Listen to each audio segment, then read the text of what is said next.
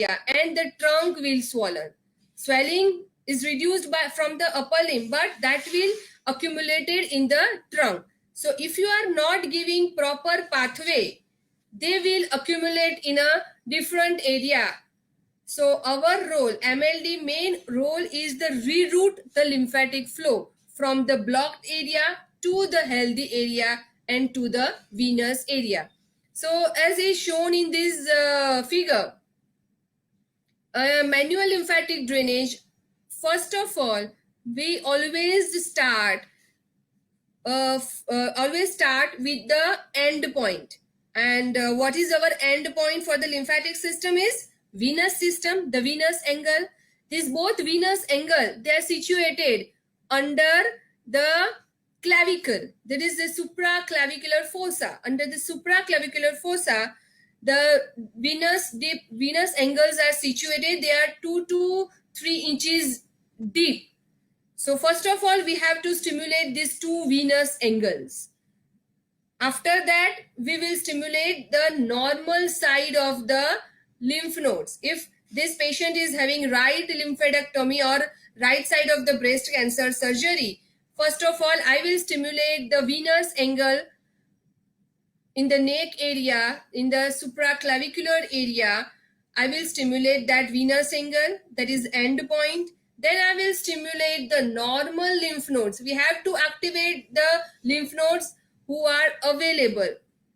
So we have to stimulate the normal we have to stimulate the normal lymph nodes, which is on the opposite side of the axillary lymph nodes. We have to stimulate the normal same side of inguinal lymph nodes, right? So first of all, we have to clear the pathways, and then we can stimulate the lymphatic flow and drain towards the unaffected area. So we have to show the pathways. We have to drain, we have to stretch, drain, then lymphatic fluid will gradually move to the adjacent area and they will move. We have to open up the anastomosis and that will move from the affected side to the unaffected side. Here in this figure, you can see it's very superficial and just you are stretching the skin.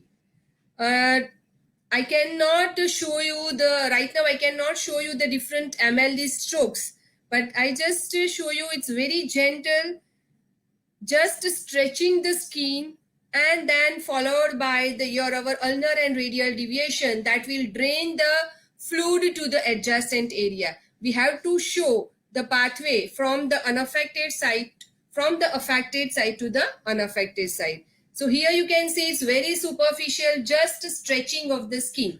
If you stretch the skin, why? Because the lymphatic system is very superficial, just below your epidermis. So if you stretch, stretching is always facilitate the contractions, and then the contractions of the smooth muscles of the lymphatic vessels that will drain the fluid to the other area, to the adjacent area. So intensity is always very superficial, very gentle, very soothing. And if your pressure is increased, that will lead to the lymphangiosperm and hyperemia. With my experiences, I can say earlier, if the lymph volume is larger, I think I should give some pressure to move the lymphatic fluid, but no, I will not get the results with that. So I have to reduce my pressure. It should be very, very, very gentle. And then I'm getting my results. So with my experiences, if it is so gentle, then you will get the results. So you have to stretch the skin and drain to the adjacent area. Before that, you should stimulate your venous angle. You should stimulate your normal, all the lymph nodes, open up the anastomosis and drain all the content from the affected side to the unaffected sides. It has two phases, working phase and the resting phase. Duration is very slow. It's 1 stroke per second. Every time if I'm giving 1 stroke, I remember my Vartu madam's word.